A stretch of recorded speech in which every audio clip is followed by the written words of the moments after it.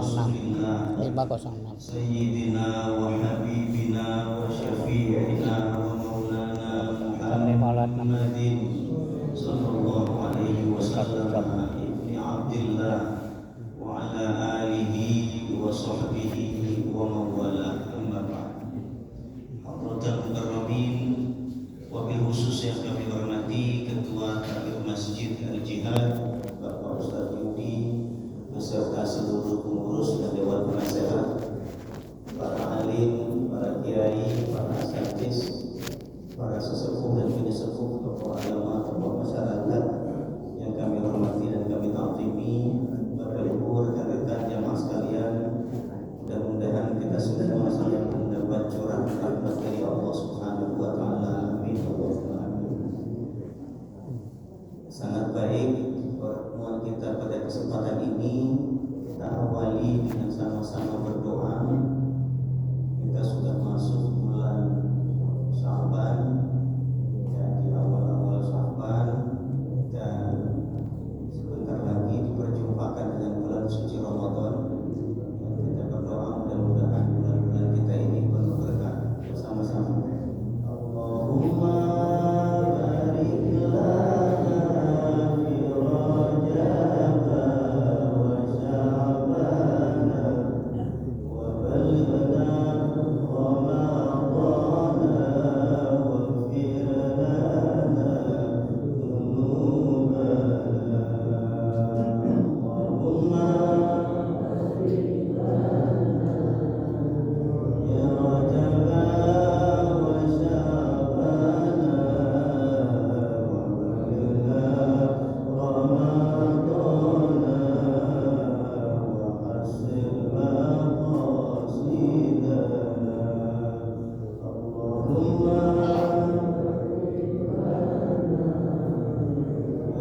ya Rajab wa Sya'ban wa ballighna Ramadan wa hasil maqasidana. Bapak Ibu yang dirahmati oleh Allah Subhanahu wa taala, bersama At-Tafsir Al-Wasit Al-Qur'an Al-Karim karya Al-Imam Al-Alim Al-Allamah Profesor Dr. Muhammad Sayyid Tantawi rahimahullah, nafa'ana bihi wa bi'ulumihi wa bi barakatihi fid dharain amin. Dan kita masih bersama surat Al-Isra. Pada kesempatan ini kita menilik surat Al-Isra ayat ke-15. Surat Al-Isra ayat ke-15. Ayat ini perlu betul-betul difahami karena ada sebagian orang yang salah dalam memahami ayat 15 surat Al-Isra yang berbunyi A'udzu billahi minasyaitonir rajim. Bismillahirrahmanirrahim. Man ihtada fa innama yahtadi li nafsihi wa man dhalla fa innama yadhillu 'alaiha wa la taziru waziratun wizra ukhra wa ma kunna mu'adzibina hatta nab'atha rasula. Ayat 15 surat Al-Isra. Man ihtada, barang siapa yang mendapat petunjuk, fa innama yahtadi li nafsi, maka sesungguhnya petunjuk itu bermanfaat bagi dirinya sendiri. Wa man dhalla, dan barang siapa yang tersesat, fa innama yadhillu 'alaiha, kesesatan itu menimpa pada dirinya. Kemudian kaidah yang terbangun dari sini, wala taziru waziratu wizra ukhra, orang yang berdosa, la taziru, tidak menanggung, wizra ukhra, dosa orang lain. Orang yang berdosa, seseorang yang memiliki dosa, tidak menanggung dosa orang lain yang berbuat dosa. Wa ma kunna mu'adzibina, dan kami tidak mengazab seseorang hatta nab'atsa rasulah, sampai kami mengutus seorang rasul. Al-Imam Muhammad Sayyid Tontowi rahimahullah, beliau menyebutkan kata taziru dan menjelaskan akar dari kata taziru. La taziru waziratun wizra ukhra. Apa makna taziru? Taziru ini berasal dari masdar al-wizr, bermakna al-ism wal himl was-sifat. Jadi wizr ini artinya dosa, beban, kemudian sifat berat. Jadi wizr artinya dosa, beban, berat. Maka dalam bahasa Arab, menteri itu dibahasakan dengan wazir. Menteri bahasa Arabnya wazir. Menteri pertanian, misalkan ya, wazir az-zira'ah. Menteri agama, wazir ad-dini. Jadi menteri dibahasakan di dalam bahasa Arab dengan kata wazir. Kenapa diberi atau dibahasakan dengan wazir? Karena menteri menanggung beban yang berat, mengurusi urusan negara, urusan rakyat secara teknis. Sehingga orang yang menanggung beban, ini dinamakan wazir. Jadi secara wazir itu katanya siapapun yang menanggung beban, dia dinamakan wazir. Tapi bahasa Arab modern, kalau disebut wazir, kepala ini sudah ke makna menteri. Wazir maknanya menteri.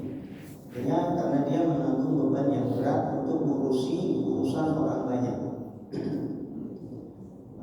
Maka beliau menafsirkan potongan ayat ini, man ihtada ila thoriqil mustaqim.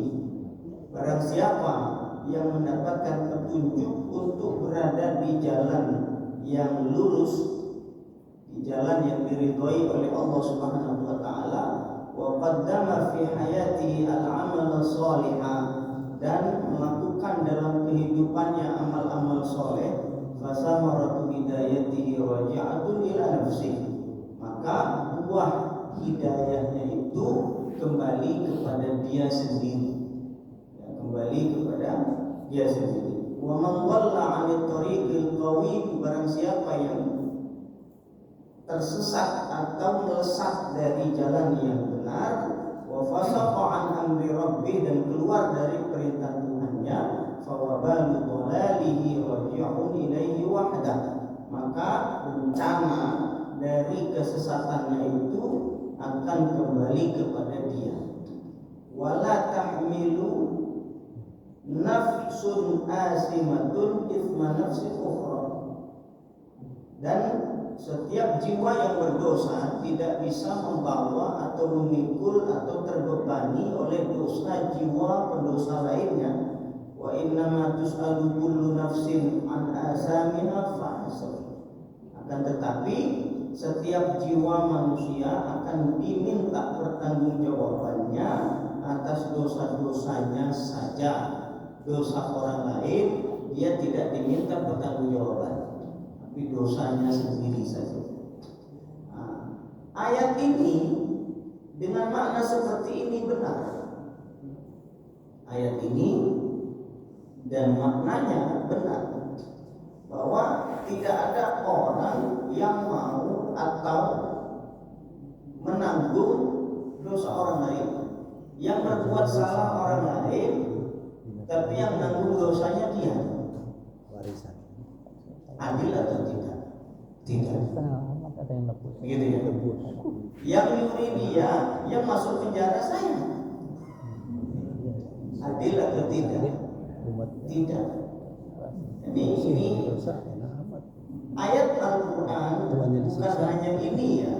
Ayat-ayat yang lain yang barangkali disalahpahami oleh sementara orang, kemudian mengatakan bahwa Tuhan tidak adil. Bisa jadi dia tidak membaca ayat-ayat yang lain. Ketika melihat realita yang terjadi, bahwa ternyata ada bencana misalkan, tapi yang terkena bencana orang soleh juga. Ya, yang memikul bebannya orang baik juga. Dan ini yang sering menjadi tanda tanya. Katanya setiap orang menanggung dosanya sendiri-sendiri. Tapi ketika ada bencana kok yang nanggung orang baik juga. Yang soleh, yang rajin ibadah, kena getahnya juga. Bukan hanya yang nebang utang aja. Misal yang nebang utang malah selamat kalau di wilayah yang lain tempatnya, di kota yang lain dia aja selamat. Tapi yang luka-luka, yang orang soleh, yang sering ngaji dan lain sebagainya. Nah ini bagaimana nih melihat realita yang seperti ini? Kemudian ayatnya bicara wala taziru waziratu wizra ukhra. Ya, jadi setiap orang yang berdosa tidak bisa menanggung dosa orang lain. Tetapi ketika dia hanya membaca ayat ini misalnya, tidak membaca ayat yang lain. Di ayat yang lain Allah Subhanahu wa taala berfirman, "Wattaqu fitnatan la tusibanna alladziina zalamu minkum khassah." Hati-hati kalian. Wattaqu, hati-hatilah kalian. Fitnah ini ya artinya bencana, ya, musibah, apalagi ya, fitnah termasuk fitnah. Fitnah ini sesuatu yang datang yang membuat sesuatu itu tidak baik. Fitnah ini sesuatu yang tidak disukai oleh siapapun. Hal yang buruk itu masuk dalam kategori fitnah. Hanya sesuatu yang tidak disukai itu fitnah.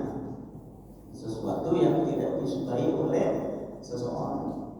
Istri itu bisa jadi fitnah. Anak bisa jadi fitnah. Harta bisa jadi fitnah. Ya, sesuatu yang mendatangkan keburukan bagi dia kalau tidak dikelola dengan baik menjadi fitnah. Anak dia sayang betul sama anaknya, minta apa aja dibelikan. Baik enggak? Dia lihat ketika dia tidak layak dengan sesuatu itu, ya jangan dikasih. Anak SMP minta motor. Karena sayangnya bapak kepada anak dibelikan motor. Naik motor aja belum bisa, megang setang aja belum lurus. Karena anaknya nangis terus, tanda sayangnya ayah ke anak dibelikan motor. Yang terjadi apa? Yang terjadi masuk ke got atau tabrakan dengan yang lain.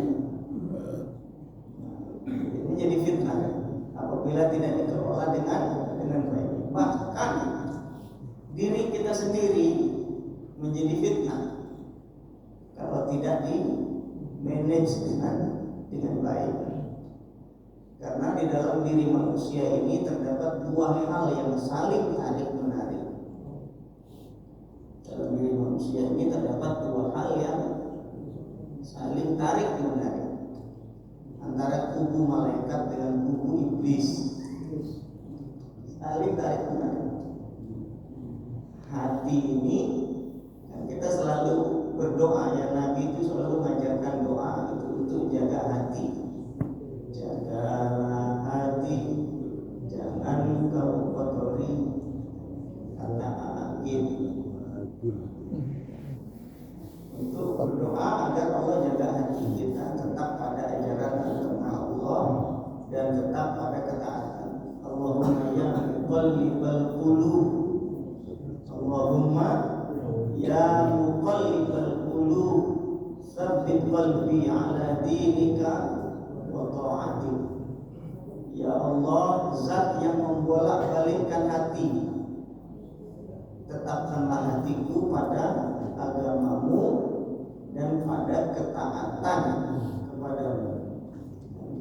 Karena ya hati ini bisa cepat berubah, cepat. Pagi ini baik, sore jahat, cepat betul.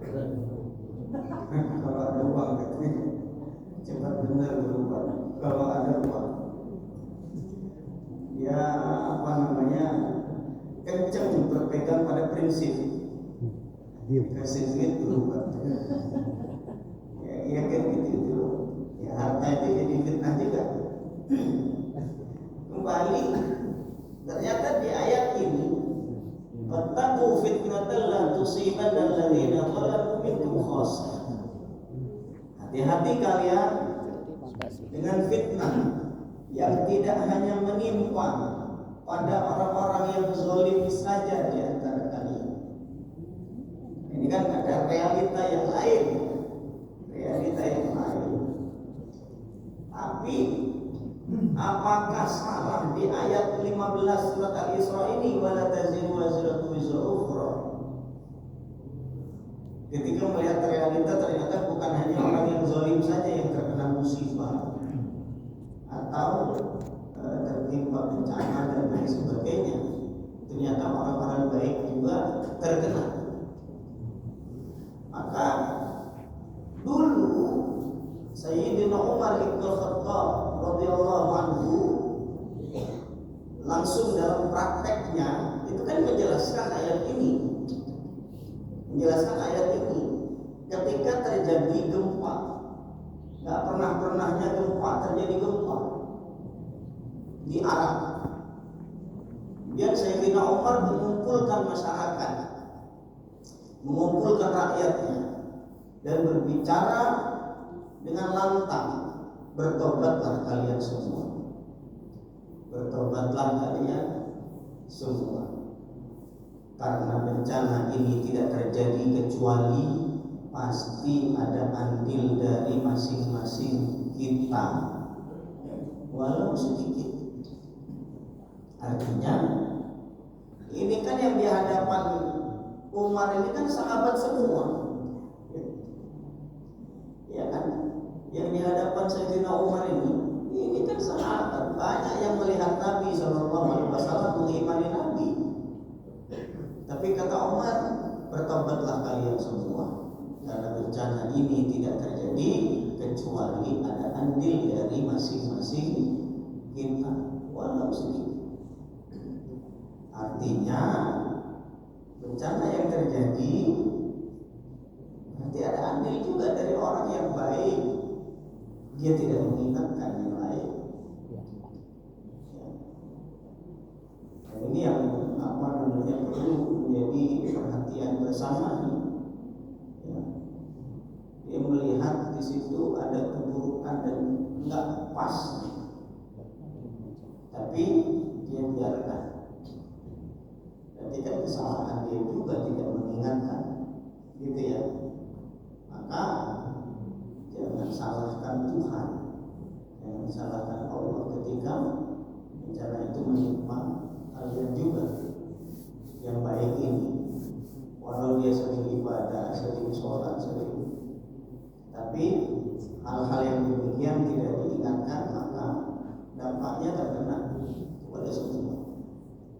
dari sini dan dari peristiwa Umar bin Khattab ini ada istilah nasihat kolektif, ada dosa kolektif, ada dosa kolektif. Dosa kolektif itu bagaimana?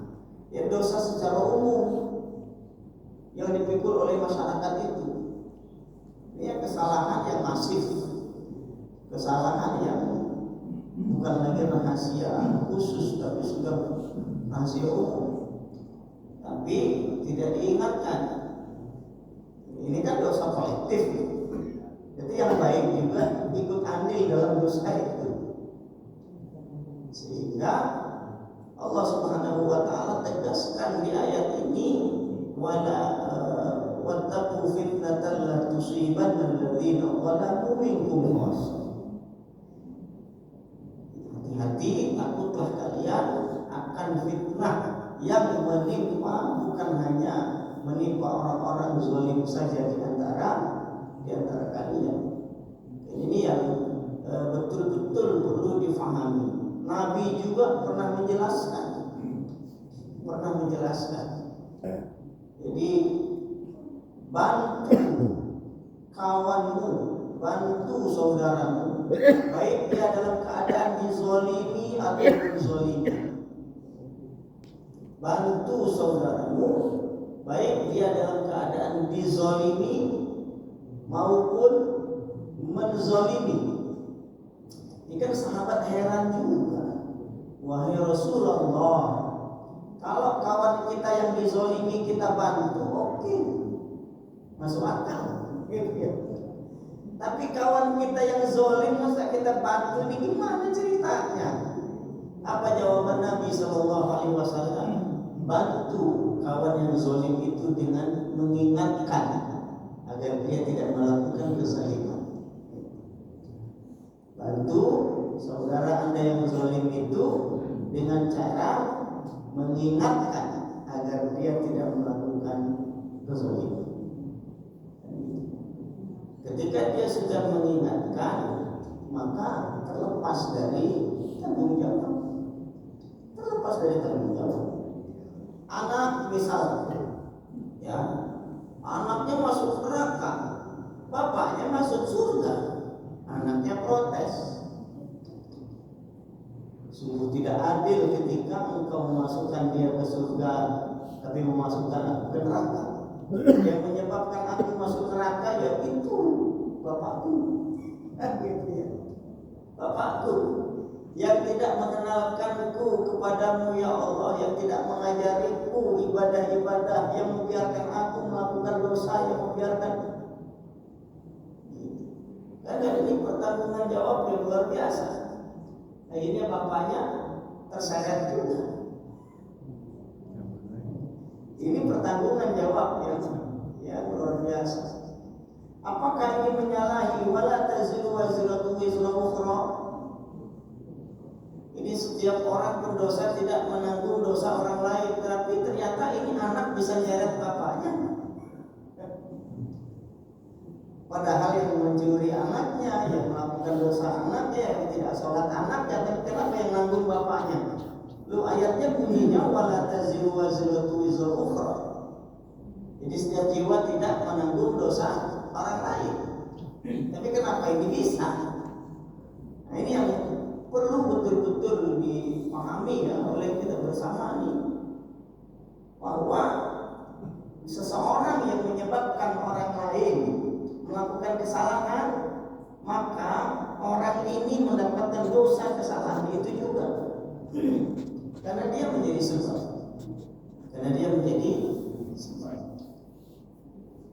Di hadis Nabi SAW disebutkan, man sanna fil Islami sunnatan sayyi'ah fa alaihi wizruha wa wizru man amila biha ba'dahu.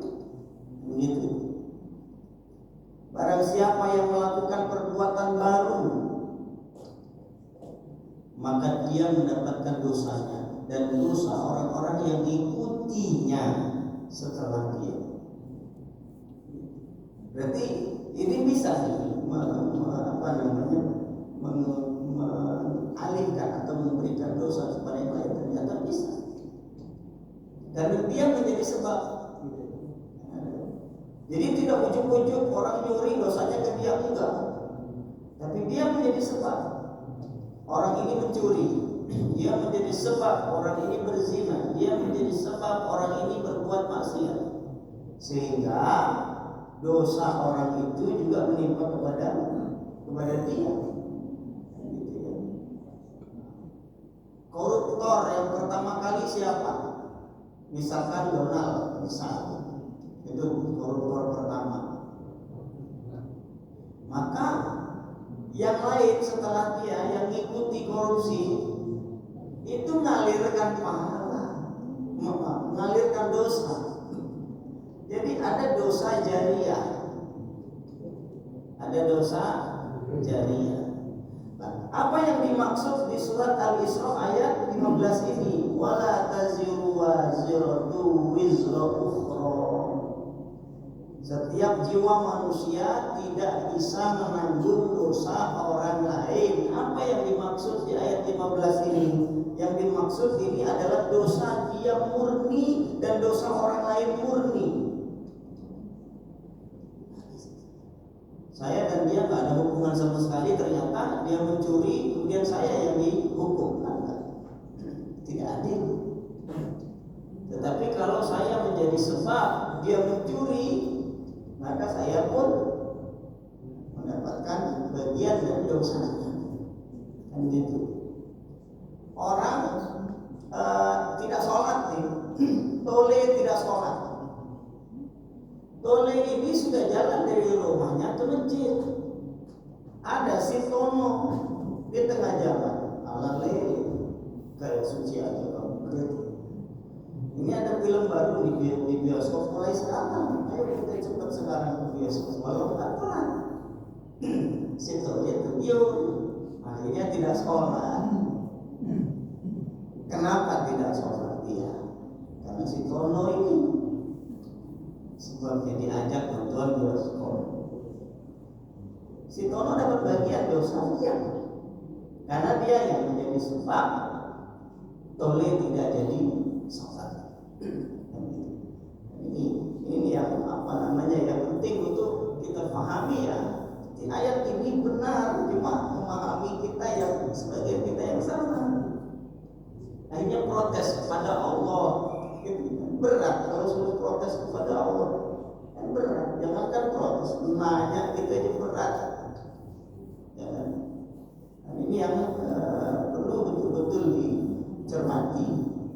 Kan di dalam hadis Nabi SAW, Nabi pernah bersabda, seorang pembunuh ketika dia membunuh, maka pembunuh pertama menanggung bagian dari dosanya. Pembunuh pertama, siapa pembunuh pertama? Salah satu dari anak Adam alaihissalam, Qabil. Dia akan dialiri dosa seterusnya sampai ada orang yang membunuh. Kalau setiap ada orang yang membunuh, dosanya mengalir kepada Qabil sampai nanti, sampai akhir zaman. Selama ada yang membunuh, maka dia terus teraliri dosa pembunuhan. Begitu juga koruptor. Setiap ada yang korupsi, maka dosa korupsi akan mengalir terus ke dia. Makanya semaksimal mungkin yang bisa kita lakukan adalah melakukan hal-hal yang baik. Kalau ada yang ikuti kita, ikuti yang baik, gitu ya. Dan mengaliri pahala. Ya, sama juga.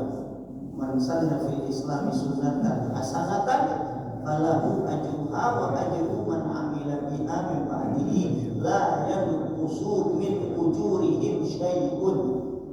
Kata Nabi, barang siapa yang melakukan perbuatan baru dalam Islam, perbuatan baru, sunnah, man sanna fil Islami sunnatan hasanatan. Sunnah itu gaya, sunnah itu artinya jalan, sunnah itu artinya cara.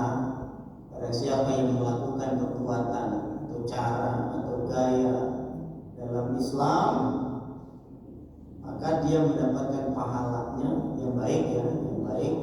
Maka dia akan mendapatkan pahalanya dan pahala orang-orang yang mengikutinya. Nah, kira-kira di sini apa yang belum pernah ada nih? Dia munculkan ide itu, kemudian diikuti sama masjid-masjid lain. Misal kayak Jumat berkah atau pasar berkah gitu ya.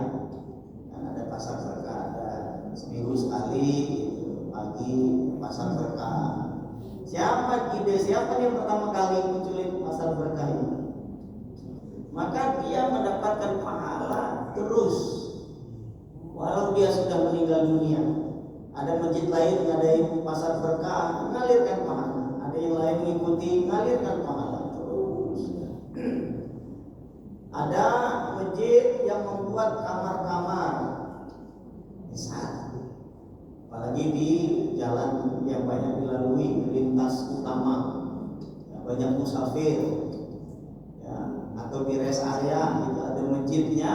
Di samping masjid itu ada buat 5 atau 10 kamar, misalnya, gratis. Yang kemalaman gak usah nyewa hotel mahal, di situ aja gratis. Bangun pagi ada sarapan segala macam. Ternyata ada masjid yang lain mengikuti juga, buat kamar juga. Yang lewat situ malaman bisa mampir, bisa nginep di situ gratis. Ada bantal, ada kasur, ada selimut, aman lah. Ikuti lagi yang lain, itu mengalirkan pahala. Ya, mengalirkan pahala. Makanya kalau mau munculkan ide, coba munculkan ide yang bagus, yang baik. Jangan munculin ide yang jelek. Karena nanti kalau diikuti yang lain, dia mengalirkan dosa. Nah, ini yang perlu menjadi perhatian bersama ya. Jadi bagaimana kita mendapatkan pahala yang banyak, Ustaz, walau tanpa melakukannya, ya dengan cara munculkan perbuatan baik yang pertama kali, ide pertama, nanti yang mengikuti ngalirin pahala. Ini kan luar biasa. Selama dia mengikuti perbuatan baik itu, selama itu juga dia mengalirkan pahala. Ini luar biasa juga nih. Kemudian ada juga dalam satu riwayat, dalam hadis Nabi Shallallahu Alaihi Wasallam, ada orang yang rajin betul ibadah, rajin sholatnya, rajin puasanya, rajin zikirnya, rajin baca Qurannya, tapi dia sering nyakitin orang, sering menghina orang, merusak nama baik orang, merusak kehormatan orang. Senang itu orang lain dibully. Kan itu keburukannya dicari-cari, disebar. Padahal keburukannya cuma 1%, kebaikannya 99%. Tapi yang disebarkan yang 1% ini. Kan manusia tidak lepas dari keburukan, tidak lepas dari dosa. Tapi jangan juga dibuka aib yang 1% ini, sehingga kelihatannya buruk semua. Padahal baiknya 99%. Maka Nabi Shallallahu Alaihi Wasallam itu kan pernah mengingatkan, barang siapa yang menutupi aib saudaranya, maka aibnya akan ditutupi oleh Allah Subhanahu Wa Taala nanti di hari kiamat. Oh ya Allah, kalau lihat begini mah ya, dengar hadis begini, kayaknya nggak mau gitu, walaupun bermusuhan. Saya musuhan sama dia, kencang keras betul permusuhannya. Tetapi jangan sampai permusuhan yang keras ini mendorong saya untuk mengorek-ngorek kejelekannya, kemudian disebarkan supaya orang benci sama dia. Saya senang. Alhamdulillah, sebenarnya yang terjadi saat ini kan begitu. Media sosial itu, apalagi udah ada dukungan netizen itu, waduh,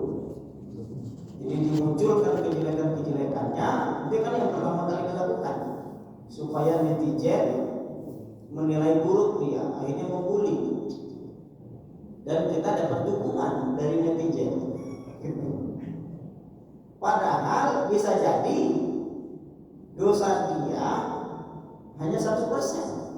Dosa orang yang membuka aib ini 25%. Itu dosanya lebih banyak dari yang dibuka aibnya.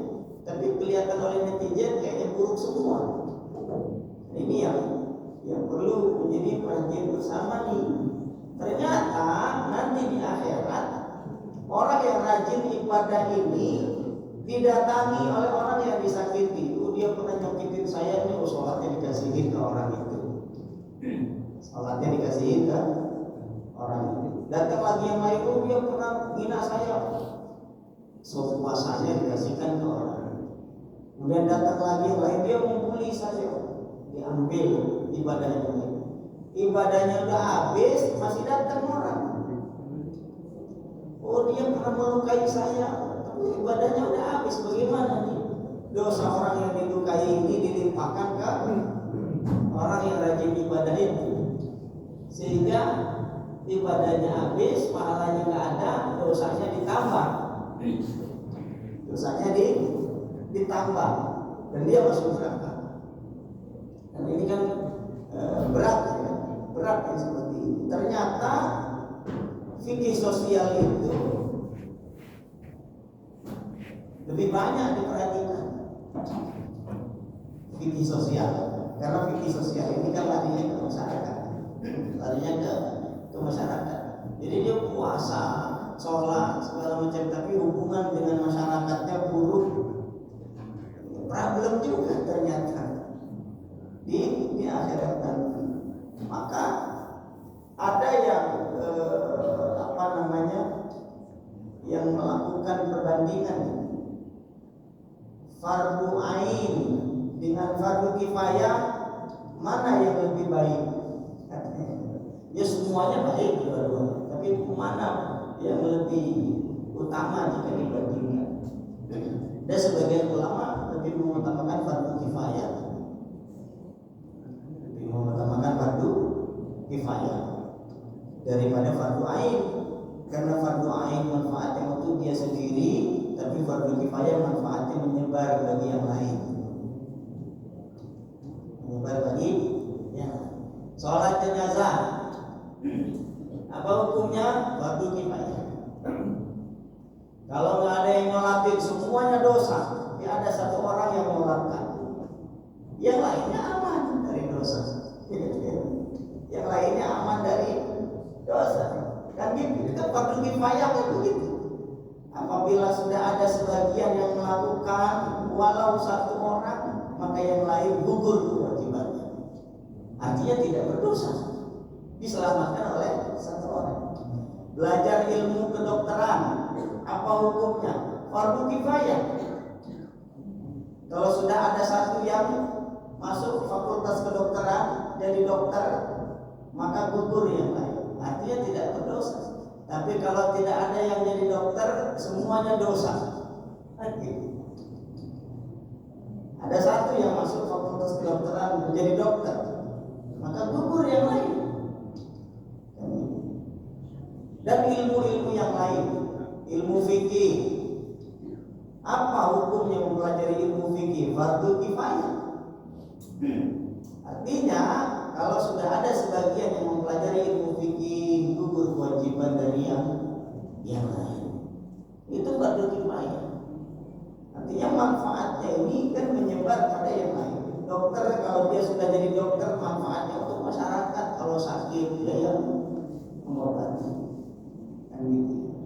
Ada sebagian yang lebih menguatkan fardu kifayah dan fikih sosial. Bahkan ketika ditilik lebih lanjut, sholat pun itu untuk masyarakat sebenarnya, untuk kemaslahatan masyarakat banyak. Di dalam Al-Quran disebut inna sholata tanha 'anil fahsya'i wal munkar. Sesungguhnya sholat dapat mencegah dari perbuatan keji dan munkar. mencuri, berarti sholatnya nggak betul. Kalau sholatnya betul, dia nggak mencuri. Kalau tidak mencuri, berarti maslahat bagi orang yang punya harta, karena hartanya tidak dicuri. Artinya apa? Ibadah-ibadah ritual ini, sholat, puasa, zakat, termasuk haji, itu larinya nanti kepada sosial. Larinya kepada sosial. Mengapa Nabi SAW sampai mengingatkan kenceng betul nih? Yang tadi di akhirat dia rajin ibadah tapi habis pahala ibadahnya gara-gara nyakitin orang, kan gitu. Gara-gara menghardik orang, gara-gara mencaci orang. Lah, berarti ini kan menanggung dosa orang lain. Tapi ayatnya berbunyi wala taziru wazratu ukhra. Setiap orang tidak bisa menanggung dosa orang lain. Yang dimaksud adalah dosa yang murni dosa dia dan dosa murni dosa orang lain tidak bisa ditanggung olehnya. Tetapi kalau dia menjadi penyebab, nah ini juga bagian dari perbuatannya, karena dia menjadi penyebab. Maka dari sini kan ada istilah dosa kiriman. Seperti misal di dalam hadis Nabi SAW ada Nabi SAW pernah bersabda, Annal mayyita, ini hadis sahih yang diriwayatkan Sayyidina Abdullah bin Umar bin Khattab, bahwa Nabi SAW bersabda, Annal mayyita yu'adzabu bi bukai ahlihi alaihi. Annal mayyita yu'adzabu bi bukai ahlihi alaihi. Bahwa mayit diazab gara-gara tangisan keluarganya untuknya. Bahwa mayit diazab gara-gara tangisan keluarganya. Dan ini yang menjadi perhatian bersama nih. Kan ngeri juga. Nangis itu kemudian diazab semuanya gara-gara kita nangis. Tapi apakah nangis yang secara umum nangis kita kemudian diazab? Enggak gitu juga. Karena Nabi SAW ternyata pernah nangis ketika anaknya meninggal. Nabi punya anak namanya Ibrahim. Ibrahim ini meninggal waktu kecil. Kemudian Nabi menangis. Siti Aisyah sang istri mengingatkan, wahai suamiku, bukankah Anda pernah berkata tidak boleh menangisi mayit? Tapi kenapa Anda nangis? Apa jawaban Nabi? Saya juga manusia. Saya juga manusia yang punya hati. Saya juga manusia. Walaupun Nabi ya manusia juga gitu. Manusia juga. Ketika ada orang yang dikasihi meninggal ya sedih juga gitu. Nangis juga, menitikkan air mata. Larangan Nabi jangan menangis itu apa yang dimaksud? Menangis yang membuat dia meratap.